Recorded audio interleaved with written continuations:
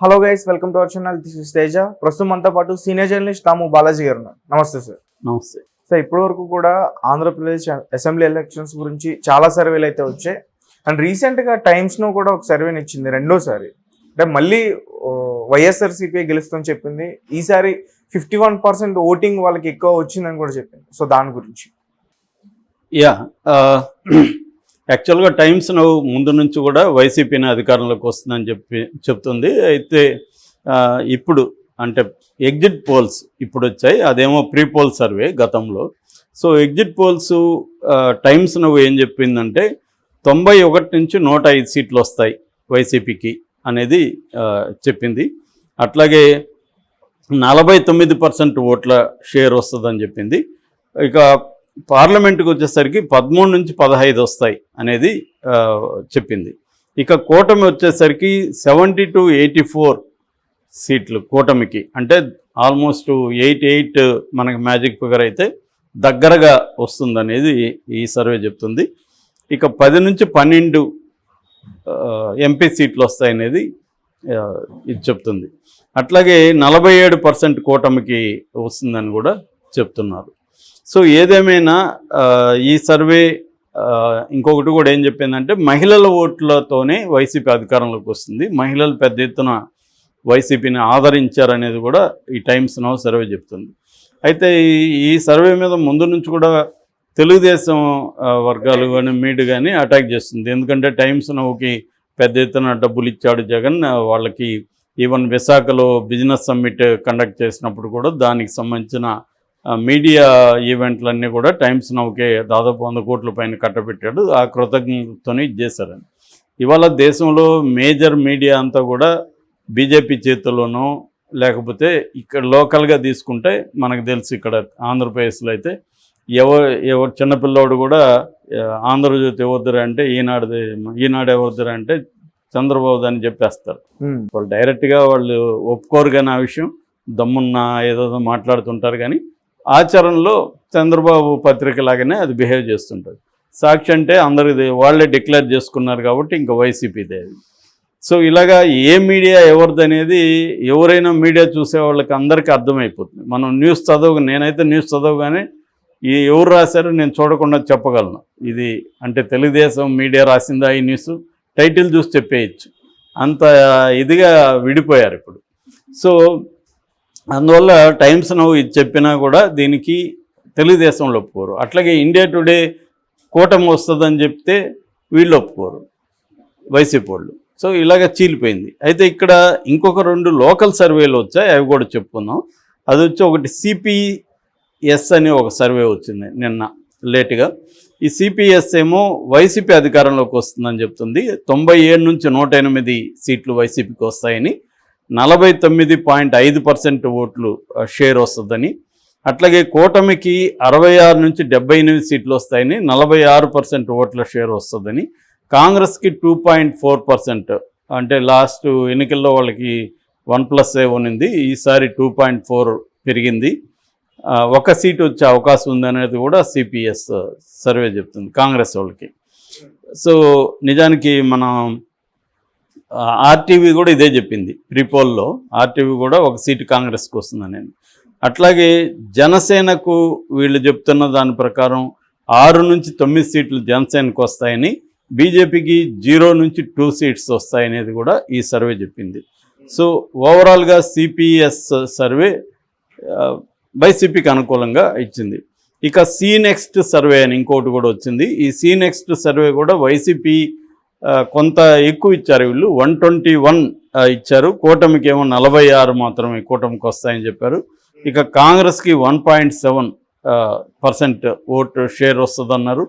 ఇక అదర్స్కి 3.8 షేరు వస్తుందన్నారు. సో ఓవరాల్గా సిపిఎస్ కావచ్చు, నెక్స్ట్ సర్వే కావచ్చు, తర్వాత టైమ్స్ నౌ, ఈ సిపిఎస్ నెక్స్ట్ ఎంత అథెంటిక్ అనేది మనకు తెలీదు, ఎందుకంటే వీళ్ళు గతంలో అంత పాపులర్ కాదు. సో కాబట్టి తెలుగుదేశం వైపు కూడా దాదాపు 35 సర్వేలు మాకే అనుకూలంగా ఉన్నాయనేది వాళ్ళు ప్రకటించుకున్నారు. వీళ్ళు కూడా ఇప్పుడు ఇవన్నీ కలిపితే వీళ్ళ వైపు కూడా ఒక 30 సర్వేలు వైసీపీ వైపు కూడా ఉన్నాయి. సో ఎగ్జిట్ పోల్స్ సర్వేలు కాదు ఇవన్నీ కూడా. అంటే గతంలో ప్రీ పోల్ సర్వేలు ఎలా విడిపోయినాయో ఇప్పుడు కూడా వైసీపీ వైపు తెలుగుదేశం వైపు ఎగ్జిట్ పోల్స్ కూడా అలా విడిపోయినాయి. నేను దీని మీద వీడియో కూడా చేశాను. ఎగ్జిట్ పోల్స్ గురించి ఎంత తక్కువ పట్టించుకుంటే అంత మన మానసిక ఆరోగ్యం బాగుంటుంది, వాటిలోకి ఇన్వాల్వ్ అయ్యే కొద్దీ మన మైండ్ చెడిపోతుందని. కాకపోతే ఓవరాల్ ట్రెండ్ చూసుకుంటే మనం వైసీపీకి లోకల్గా ఏమో టైట్ ఫైట్ ఉన్నప్పటికీ కూడా ఎడ్జ్ వైసీపీ వైపు ఉన్నట్టుగా కొంత క్రెడిబుల్ సర్వేలు ఎక్కువ భాగం చెప్తున్నాయి.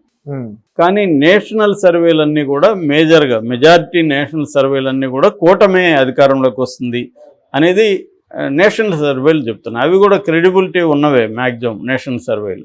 సో దీన్నేమో వైసీపీ వాళ్ళేమో నేషనల్ సర్వేలన్నీ బీజేపీకి అకౌంట్లో వేసేయాలని డిసైడ్ అయ్యారు. అందువల్ల బీజేపీ ఇక్కడ కూటమిలో ఉంది కాబట్టే వాళ్ళు అలా చెప్తున్నారు. ఎందుకంటే బీజేపీకి 400 సీట్లు ప్రొజెక్ట్ చేయాలనేది వాళ్ళ ప్లాను.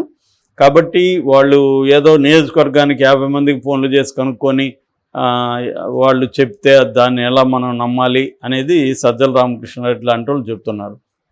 అట్లాగే వీళ్ళేమో తెలుగుదేశం వాళ్ళేమో ఆరామ్ అస్థానం కావచ్చు, ఆత్మసాక్షి కావచ్చు, పార్దాదాస్ కావచ్చు, రైజ్ కావచ్చు, రేస్ కావచ్చు, ఇట్లా వైసీపీ వస్తుందని చెప్పిన టైమ్స్ నౌ కావచ్చు, ఇలాగ వైసీపీ వస్తుందని చెప్పిన సర్వేలన్నింటినీ వీళ్ళు అటాక్ చేస్తూ ఆ సర్వేలు వెనక ఏముంది, ఆరామ్ అస్థానం జగన్ కలిశాడు, ఇవన్నీ వీళ్ళు ఒక నెరేటివ్ని ప్రచారం చేస్తున్నారు. సో ఓవరాల్గా జనంలో అయితే ఇప్పటికీ సేమ్ కన్ఫ్యూజన్ ఉంది. ఇది నేను ముందే గెస్ చేసి చెప్పాను. యాక్చువల్గా మనకి ఎగ్జిట్ పోల్స్ రాకముందే నేను చెప్పాను, ఎగ్జిట్ పోల్స్ వచ్చినా కూడా మనకేమి కంఫర్ట్ ఉండదు, అవి కూడా ఇలాగే అయిపోతాయి ఆంధ్రప్రదేశ్లో అని చెప్పాను. అదే జరిగింది. ఇక్కడ తెలంగాణ విషయానికి వస్తే కొంత దగ్గరగా ఉన్నాయి. బీజేపీకి ఎక్కువ సీట్లు వస్తాయని దాదాపు అన్నీ చెప్పాయి. సెకండ్ ప్లేస్ కాంగ్రెస్, బీఆర్ఎస్కి ఆల్మోస్ట్ 0 to 1. ఏదో ఒక సర్వే మాత్రం ఇక్కడ బీఆర్ఎస్కి కూడా 11 సీట్లు వస్తాయన్నారు. అది వాళ్ళే నమ్మే పరిస్థితి లేదు. సో అందుకనే కేసీఆర్ స్టేట్మెంట్ ఇచ్చాడు, 11 వస్తే పొంగిపోయేది లేదు, 1 వచ్చినా 2 వచ్చినా కుంగిపోయేది లేదని. అంటే వాళ్ళు కూడా రెడీగా ఉన్నారు. సో అందరూ చెప్పేది బీఆర్ఎస్కి మ్యాక్సిమం వస్తే మెదక్ ఒకటి రావచ్చని, మిగతా రెండిట్లో వీళ్ళిద్దరు పంచుకోవాలి.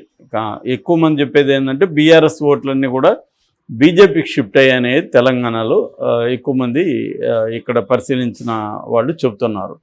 సో ఆ ఓటంతా బీజేపీ తీసుకునింది అని, బీజేపీకి వెళ్ళింది ఆ ఓటు అని.